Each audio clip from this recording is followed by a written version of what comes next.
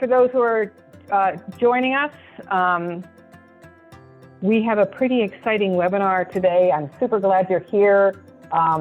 We have a topic that I'm very fond of, have lots of experience around, and it's the idea that remote work can really allow us to think in new ways around how to approach our lives so that we feel really successful in the jobs we're doing, but also really connected to the people we care about in our lives.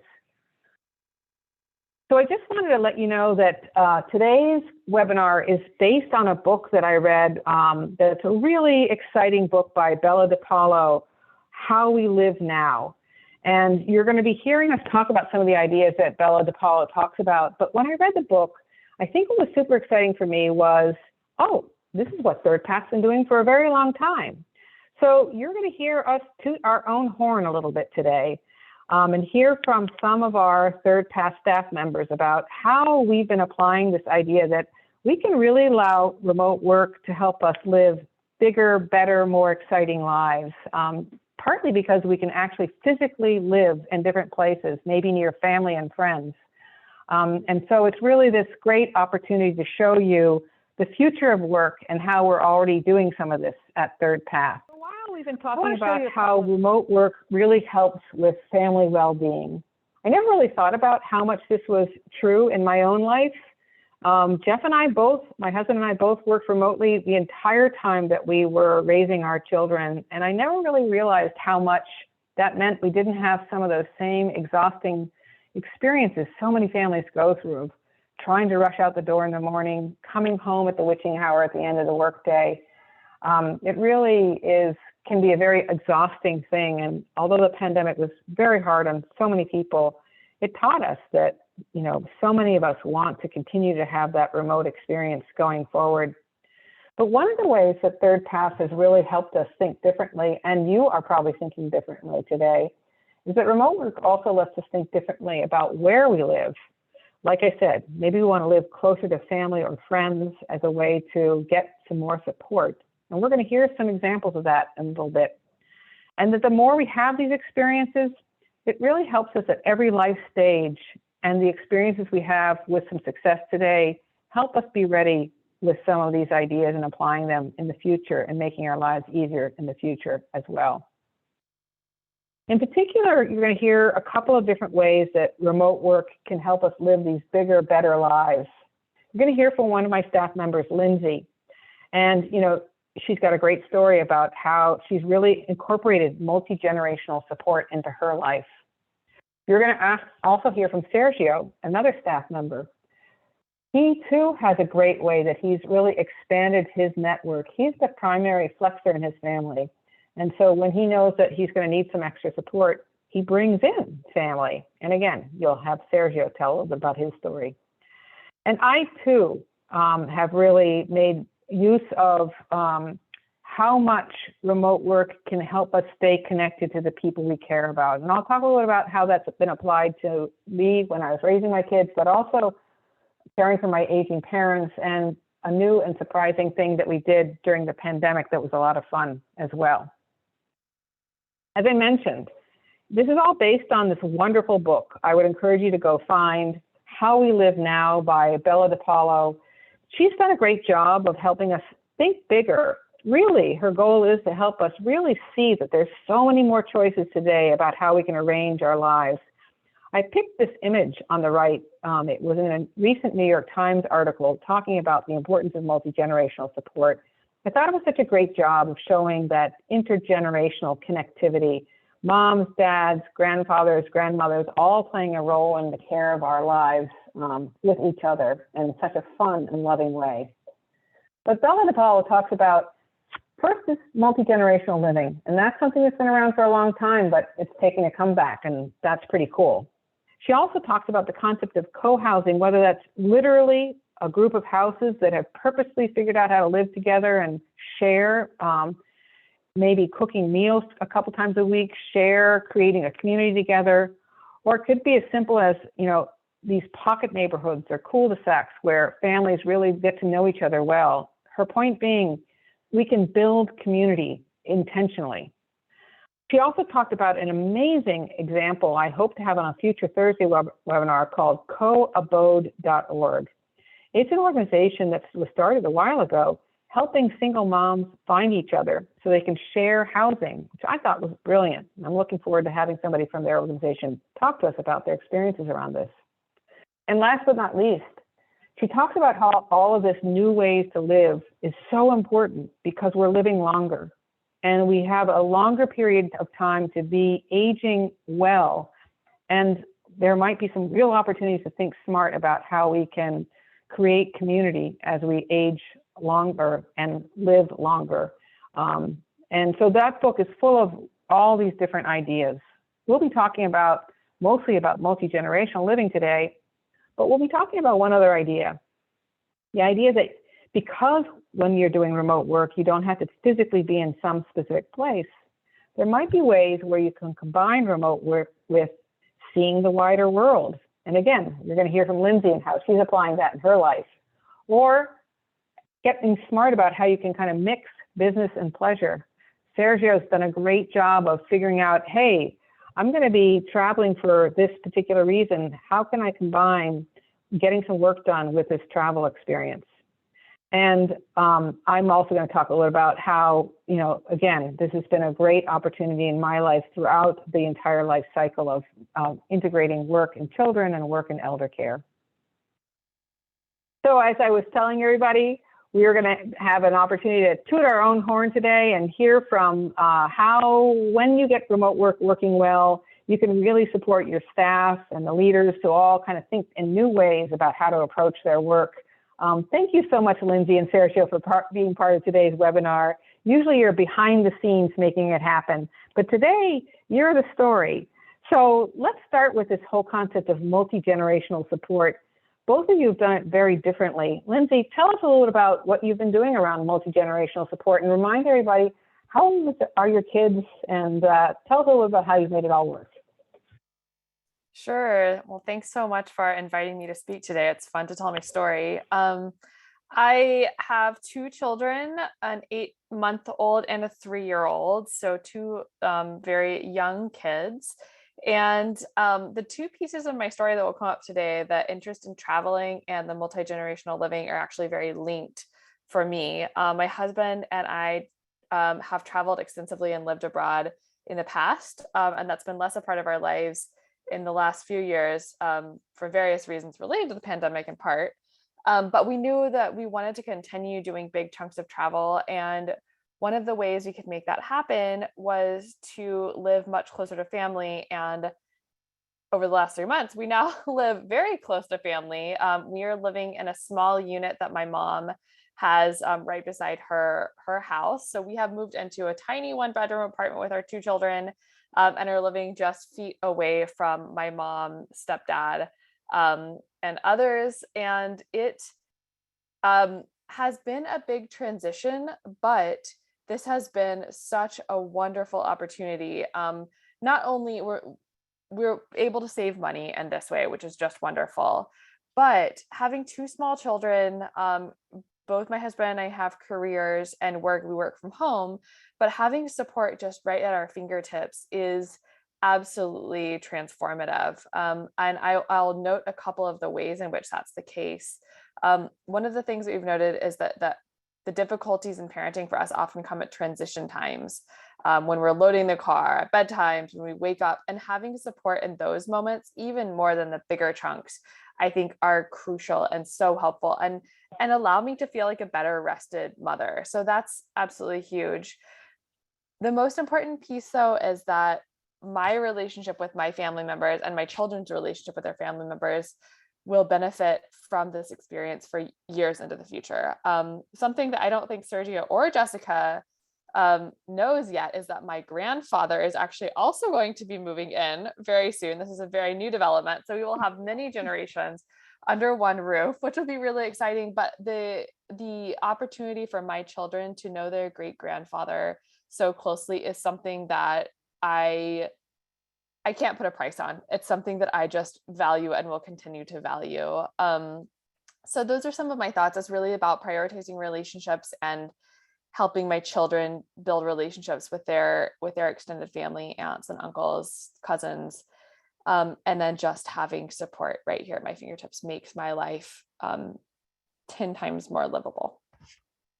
Wonderful, wonderful. And, for those who are listening in today, we know that every choice includes many, many wonderful things and often some challenges. And so one of the things that Lindsay's been doing is we've been learning a lot from grandparents about the role they've been playing in families. And we've learned that communication and having good communication really helps everything work smoothly. And there was a wonderful story an adult child told about speaking to her mom about, having her play that mom role and not having the grandmother take over the mom role.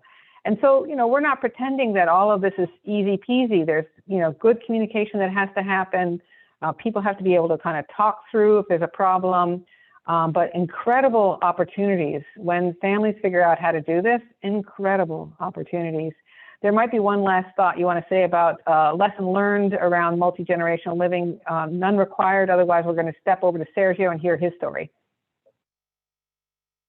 So Sergio, you have a very different story. You are the primary flexor in your family, a proud flexing dad. One of the reasons why we love you so much is that you really are a role model of what we're trying to share with the world, that dads can be excellent caregivers and flex their jobs just like moms. But it also means once in a while you're handling quite a bit, and you've gotten pretty smart about when you see that happening, there's somebody you can call and have her play a role in your life. Tell us more about who that person is and how you do that. Well, first of all, thank you for having me here. I like to think of myself like as in a sports term, like as an all-around player, right? I'm the player that you call when maybe the primary players are injured or need some rest, and I can play all the positions. So I take pride on that. Our situation at home, being a military family, it's quite different. And I knew that from the first moment I met my wife. I met a strong woman who was an attorney in the U.S. Army, active duty. And I knew my role will have to be very different from the traditional role. Also supporting someone that has a career that's, super advanced and has put a lot of time and effort into their careers. I didn't think I was going to be the one to ask her, like, hey, you want to stop working and quit your job to create a family? I knew from the beginning I had to do things differently. So, we started building our support system, our support circle. I think when you think about support, in my case, there's two types of support: the planned and the unplanned support. Our planned support goes around, we are, from Puerto Rico, born and raised, my wife, Lindsay, and I. So all of our family still lives there. So we take the chance to tell them, hey, come and spend some time with us. Come and visit us. We'll take care of everything. We'll have the house, the pantry full, the fridge is full. We want to make them feel comfortable and welcome. Spend some time with Stella, who's our 5-year-old daughter. And at the same time, we'll welcome you. We'll spend some time, but then we'll take a weekend or a week and we'll travel somewhere. And, that is the planned support. Recently, I went through a situation. My wife was deployed in Poland. What's happening out there, that conflict that's happening in Ukraine. And so she was deployed. Now, that's the unplanned support. And that side, they know, I think a certain situation might arise and I would need some type of support. Now, I communicate directly with the family, whether it's my wife's side of the family or my family, and let them know, hey, this is going on. I'm going to be needing some support eventually. I'll let you know when I need you. And that's how it happened. And I think that's, one of the most beautiful things. But also you mentioned something, Jessica, and is getting to work around travel and around all those situations that might show up. And I think communication, like Lindsay said, is the key. But I also think the support system around your workplace, and also having a manager that understands the situation, But we're going to talk about that, I think, a little bit further down the road in this webinar. But I just wanted to, clarify that my situation specifically, it's a situation that that can be planned, and there's other things that might be unplanned, but it doesn't mean that you don't need or you can't be ready. Yeah, no, I love your point about planned and unplanned. That's so smart. And how you can be planful even for the unplannedful, the things that are not plannable. Like, no, you knew that sometimes Lynn would be deployed, and so you had already planted the seeds. Hey, when this happens, here's some ways we need your support to make this happen. So, thinking about, like, kids get sick, schools close. You can create that support circle around you, knowing you don't know exactly when that's going to happen, but between you, your partner, your wider circle of support, whether that's friends or family, you can start building that connection right now, and you can move. That's the whole point of today's webinar. If you are feeling like you don't have that support where you're living, given a remote job, you can move closer to family and then build that support. Or in Sergio's case, bring in that support. Wonderful. I'm going to tell one more story, and then we're going to share a couple more slides. But I hope what you're hearing is today's world allows us to think differently about how we approach our work. And Bella DePaulo's book is saying, seize that moment, because this kind of multi-generational support that you can either live with or live near or bring in for support makes a huge difference in our lives as we're trying to balance work and caregiving. So I want to tell you, I had in my quote that I had no idea how powerful this kind of support was going to be, this multi-generational support. So I want to tell you a true story about this because, my kids are no longer little. I have a 31-year-old and a 25-year-old. And so I've kind of seen the progression over time. So those of you who are trying to figure this out and trying to say to yourself, oh, that's a lot of work to try to move closer to family and friends, let me give you a little story to help and motivate you about why thinking about this is so profound. We stayed in Philadelphia in part because I could see that my mother-in-law was going to be an amazing resource to her family. And sure enough, she has been. And one simple but profound way she provided that support was every Friday night, she would take both of our kids, and we had a Friday night date. And then she would keep them till Saturday morning. So we even had some quiet time in the morning to ourselves, no little kids knocking on the door, 6 a.m. And that was profound because Jeff and I had regular time together as a couple that we could count on. And I can't tell you how many times we would sit at a restaurant catching up on the week or the latest thing with the kids. And more than once, somebody would ask us, are you guys newly married? But no, it was just we lived very, very busy and full lives. And we had regular time each week to talk about what was going on.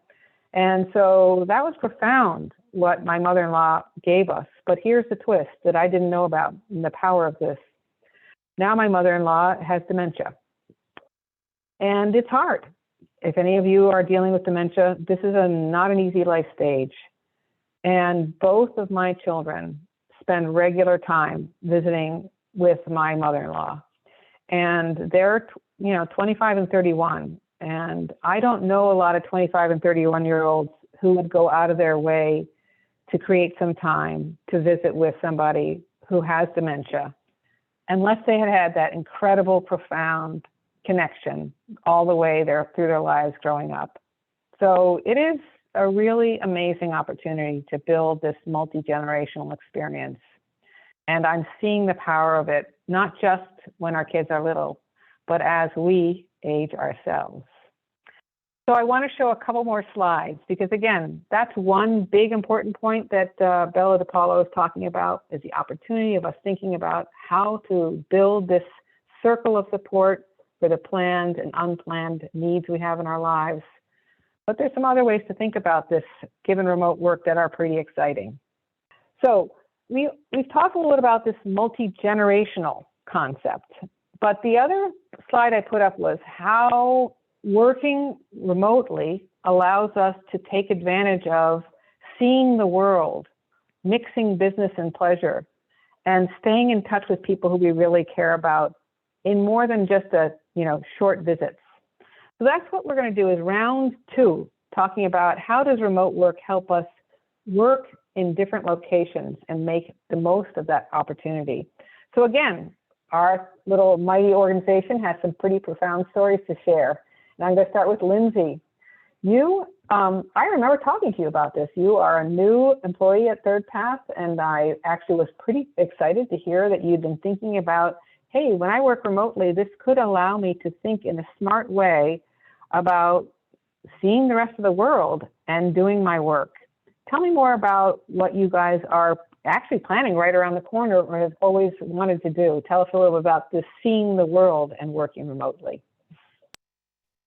I am so excited. My husband and boys and I are planning to travel to Mexico this coming fall. So we will be there from September through November. And before that, we're actually house sitting for some friends in upstate New York. So we have some really big chunks of time where we will not be in Dallas, which is where we currently live. And this has been part, as Jessica said, of a long-term plan that we have had to travel for longer chunks of time with children, which is a different logistical challenge than it was when we were able to do this without children. We've done this many times in the past, but it's of course more complicated now than it was when we were younger and didn't have children. That said, it was something I always knew I wanted to be a part of my life. I really love traveling and I love living in new places and seeing other parts of the world, meeting new people. So I have a lot of thoughts from past experience and from this upcoming experience about just like practical advice on how to make it work. I think I feel so grateful that this is a possibility in the world. I think a possibility given the way that work works these days. I truly feel like it's allowing me to invest in my hobbies and in myself in some ways, while also having a career and feeling like I'm being a good mother too. So just some very practical things that have been meaningful to me.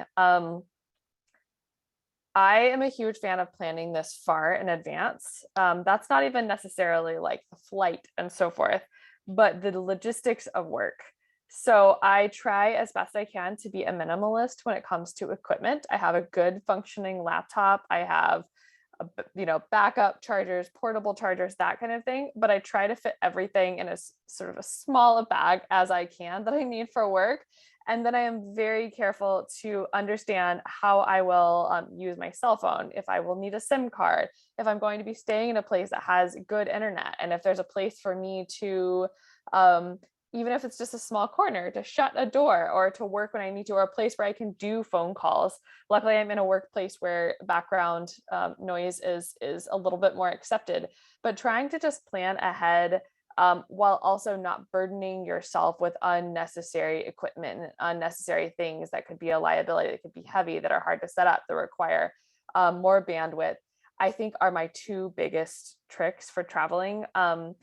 And then other things like I download everything that I'm going to need so that if I do find that I have an internet problem, I still have other work that I can do. I try to make sure I isolate what work do I need to do with colleagues in real time? Like, do I need to have a meeting or a phone call? When will that happen? What are my hours for doing that? And when can I work at what might be the middle of the night for my coworkers? So I'm pretty clear in my own head about those decisions, and I try to know that in advance as much as possible. So a lot of the legwork for me happens far in advance. And then of course, communicating that with the team. So I hope those are some helpful, practical bits of information. No, it's great. And again, I think it's really wise for you to notice this is what you were doing with Kevin pre-kids, and how it will be a little bit different with kids. And I think that's part of the adventure. I knew, for example, at a certain point, I started, spending time with my parents just to check in on how they were doing as they got older. And so I would work from my parents' house for a week to kind of observe, here they are getting older. Is everything working okay? And I got smarter at saying, you know what, when I'm there, I might be working at 50% time. So it's like learning that the first day or the first few days of these great ideas might not quite go according to plan, and factoring that in. I love your point of bringing some alternate work that isn't reliant on the internet, because that's a great place where it can break down. And if you have something that you can work on, that you don't need to rely on the internet, that can be life-saving at that transition into wherever the adventure is taking you. Well, wonderful. I will look forward to seeing how we all work together while you're in Ithaca and how we all work together when you're in Mexico. It'll be a lot of fun to learn from. Sergio, you and I have had a lot of fun too, because, I have to say, again, I think you've been a role model in someone who celebrates birthdays, celebrates anniversaries. You've really, as a family, gone to do some fun things together as a family, or just you and Lynn really claiming some time as a couple, going to a conference, Lynn supporting you to go to a conference and learn some other hobby that you were excited about. You've just been a family that embraces living life deeply.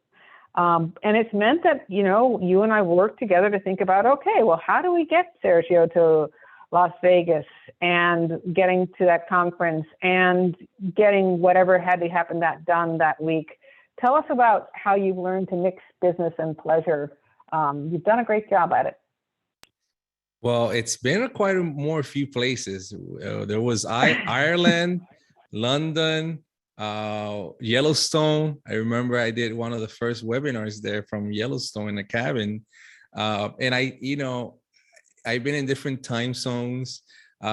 It's been super cool. I think it's been quite a journey. Here listening to Lindsay, she's so insightful. I wish I had that from the beginning, because sometimes for people like myself who came from a traditional office setting and then coming to a remote workplace where it's so flexible, there are quite a few things that we need to learn. And there's some other things that we need to leave behind from that culture that just happened. So I think for me, it was a process. As I traveled, I learned so much. And again, it's not something that just comes with having a remote job. These things are a very personal decision. And why did we take that decision as a family? Well, let me go back to the beginning of my wife's and I relationship. The first time we traveled together as a couple, we noticed that there was a lot of older people around us in the tours. We were trying to get to the top of a pyramid in Mexico, and we noticed that people couldn't barely walk. Like they were, not in good health.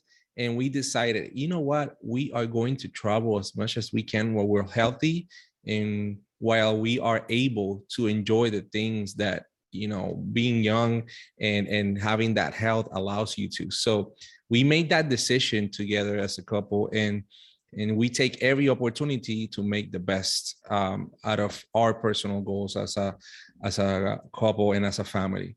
Now, working from a different time zone, like the first time that happened, it's quite, a challenge to keep all those schedules in mind. And like Lindsay mentioned, be mindful of your coworkers' hours. And, I think that's one of the first challenges that you face.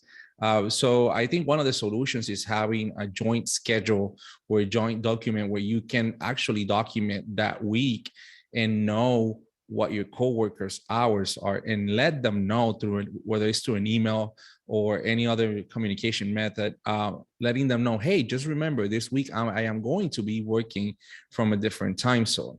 Now, when you work from a different time zone, there might be probably most of the time you stay in the same sleep schedule, so you end up waking very early or very late, compared to what different time zone you are. So the sleep schedule mostly stays the same. So I found myself, working a little bit before the time that I, said that I was going to be available. But that also allowed me some time to get organized before I had to go and make those calls or join those Zoom meetings.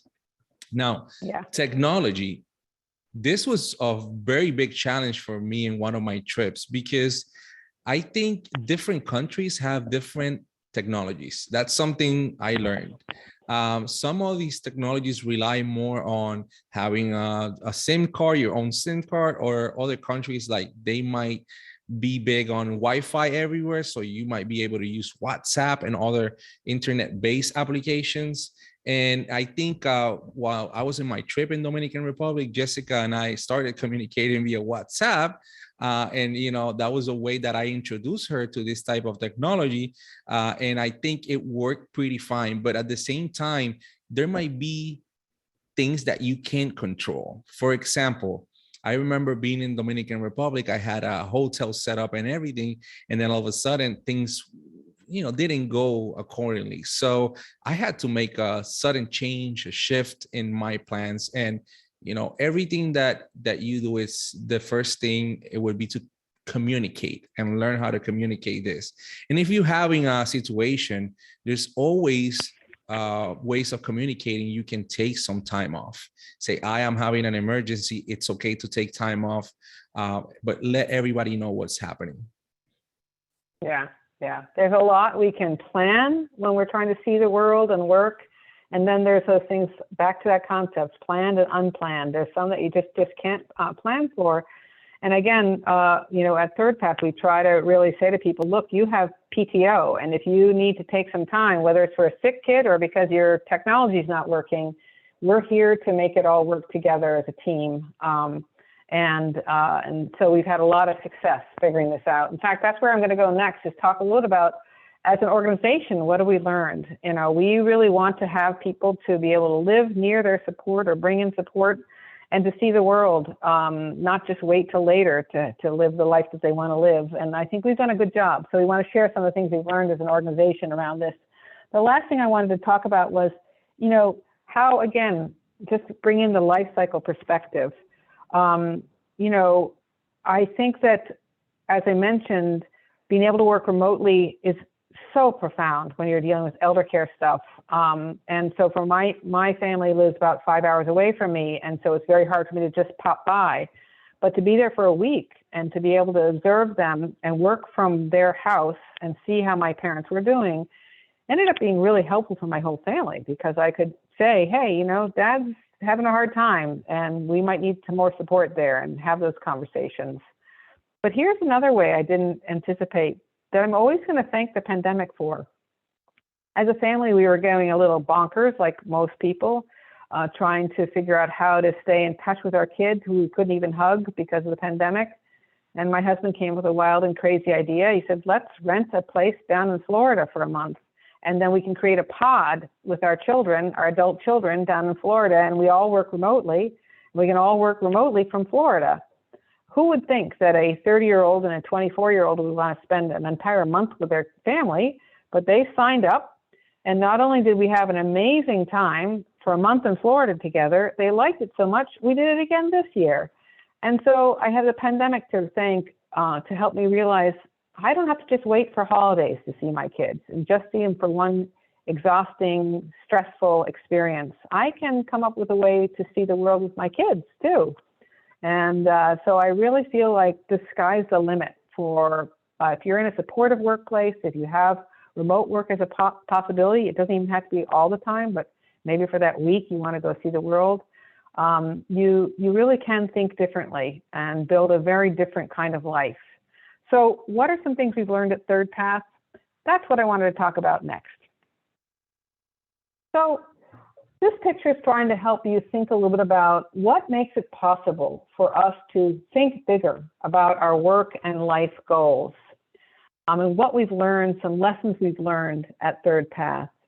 We talked about some of them. What if you're temporarily working in a different time zone? How do you want to deal with that?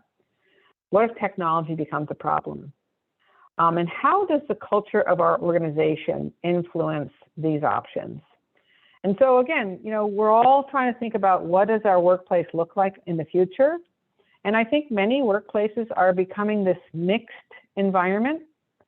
Some people are going to work on site. Some people are going to work fully remote. Some people are going to do hybrid. And they need to be thinking about, where and when they work. And once we get smarter about all this, it can include people choosing to work in different locations to be closer to family and friends, or choosing to work from a place they've always wanted to visit, but because they've been thoughtful about how they set up that visit, they can work remotely from that different location. And so what did we learn at Third Path? Well, we have a handbook, and it's a living document. And in our handbook, as we get smarter and smarter about how to create this more flexible workplace, we keep on adding things to our handbook so we all understand what we should be doing. And so now we know in our handbook, if you're thinking about working from Ithaca or Mexico or Puerto Rico or Ireland, all the places that you've heard us talk about, you need to, number one, make sure you have good internet and cell phone service. And if you don't, to think ahead about, well, hey, has Jessica ever used WhatsApp, and how do I make sure I get her on WhatsApp before I get there? So just in case we're really connected and we can make it all work. If you're working in different time zones, here's a simple thing. Let's say you have a regular staff meeting that's scheduled at 10:30 Eastern time, but now you're going to be at a different time zone. Well, you need to be really clear. Hey, you don't need to change that meeting time. I'm going to be there at the time that it's already scheduled. But somehow, one way or the other, even if you've changed your time zone, have a lot of clarity about those pre-scheduled activities. And like we've talked about, if you discover that you don't have access to the internet or cell phone, on that very first work day or even before it, really make sure you can get in touch with your manager and let them know that there's a problem. And maybe even consider taking PTO until you've got that problem solved, because really you're the one who's trying to figure out how to see the world and get your work done. And we want to make sure these solutions don't end up becoming a burden for the workplace, but instead a win for the workplace and a win for you. So we've gone ahead, and as an organization, we have a living document, a handbook where we keep on adding information as we've learned and gotten smarter about how to really support people to live the lives that they want to really live while they're really being successful at work. Okay, so when I was preparing for today's webinar, I went ahead and reached out to some of the folks who were going to be attending with the idea that maybe some of them wanted to actually share some of their stories too. Wow, that was great. Again, I think it's a great chance for us to really think bigger. In fact, one of the themes that came up when we were kind of talking offline was that it's really possible to think in a new way. And sometimes it's hard to think in a new way. So I hope that today's webinar is helping you imagine, the pandemic was difficult, but it showed us the opportunities of remote work. And one of the opportunities of remote work is that we can live closer to family and friends, or bring in family and friends, or create experiences, longer experiences with family and friends that really help enrich our lives. And we can do that because we have that family nearby, or we actually travel and see the world and see the family in different places, or just see the world with our kids. What a great experience to have our kids see us live this way too. I know my kids have never thought that they had to wait until they were retired to see the world. And I think that's what Sergio was talking about. Our kids have seen us do it, and they want to do it, even in their 20s, they've been starting to do this. So it's really fun to see how we can shape a different world. That was the last takeaway I had from our little smaller conversation. We want to help each other dream bigger, and your coworkers can help you dream bigger. These webinars, we hope, will help you dream bigger, because there really are so many more opportunities for us to work in a way that supports a full life. And that's the fun part of where we are going. That's the good part of the pandemic. So I'm going to put up some closing slides. I'm going to ask Lindsay if she has a last thought. Let's get those closing slides up. So Lindsay, you've been listening in. We've shared some good stories. We're tooting our own horn at Third Path about how we've been pretty smart about all this stuff. Any last thoughts about this idea that we can really live bigger lives because of a remote work, and with the supportive culture and with our own creativity helping drive it? Any last thoughts, Lindsay? I was really inspired by what Sergio last said and what you just said, Jessica. And one thing I wanted to remind everyone is that what's interesting about working from a different location, specifically a different time zone, even, is that it actually opens up your hours in ways you might never have imagined. We're so used to thinking about work as happening from 9 to 5 and often bleeding into other times, but that's the core part of our work. If you're in a different time zone and you're able to think broadly and restructure your days, it could mean that in fact you work at odd times, but it opens up, say, an afternoon to go on an adventure, rather than having to push all of your adventures to the weekend or to the evening. So that's been something that's been just wonderfully liberating, is saying, this might require me restructuring my day to day or thinking even a little bit differently about when my kids go to sleep, for example, or when I go to sleep. But I might be able to take advantage of all of these opportunities I'm having right now. I might be able to see things that I've been wanting to see for forever, and I might be able to do it in an off season or at a time when it's not fully crowded. So thinking really expansively in that way has been important to my family. And the last thing, again, along those lines is, I was having a conversation with someone recently who just made the point that there's, in most cases, no one is actually forcing us to live the structured life that culture sometimes tells us we need to live. And if you can just allow yourself to let go of that, there are lots of different ways to live our day-to-day lives and our long-term, the arc of our lives. Wonderful, wonderful, very inspiring. Thank you so much. And Sergio, again, interestingly, the slide we have up when Sergio is sharing his thoughts is the idea that we can continue the conversation, because Sergio is helping us create this wonderful Third Path Trailblazer community where you can join us and be part of the ongoing conversation about these things and be inspired by everybody who's part of the trailblazing community around these ideas. So Sergio, any last thoughts from our conversation today? Well, I want to thank you for opening spaces like this, because when you open spaces for conversations like this, we all win, we all learn. I feel like finding new ways to live is also kind of like we are all leaders, right?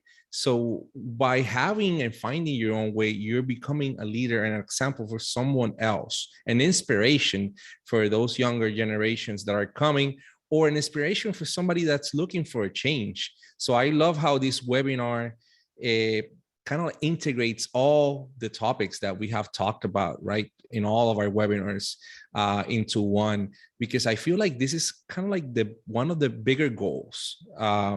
And of course, there's so many benefits, but this is one of the goals for those people who want to find new ways, who wants to, break with the kind of like change the narrative and say, hey, this is what I want to do. I want to be the first generation to be able to pull this off. I want to be there for my parents. I want to be there for my children. I want to be there for myself, for my significant other, and just change the narrative. So my biggest takeaway on this conversation is inspiring other generations, other co-workers, friends, family, to let them know that it's okay, that it might sound risky, but at the end it pays off. Yeah, it pays off big time, doesn't it? So thanks. This is our reminder. This slide is reminding you guys that we are a nonprofit that's been out there fighting for 20 plus years to think really big about the idea that we can create lives where we have time for work and do an excellent job at work, but we can also really create time for all these other important things that we care about in our lives. So I just want to give us a chance to say goodbye. And my last word, thank you guys for being wonderful team members, for being inspirations, for supporting each other in your goals. It is a team effort at work. It's a team effort at home. I always joke that the only way I can really be an integrated leader is because I have a good team at work and a good team at home. And let's just imagine what the future can bring, because I do think we are inspiring people to dream bigger. And what a role model we're providing for our kids. Every day I talk to my mom. She tells me how much I've been a great resource to her. So we really have in our power to make this world work for us and create lives that are very meaningful for us in the moment and in the long run. I love the idea of changing the narrative. Thank you. Thanks everybody for being here today. Really wonderful.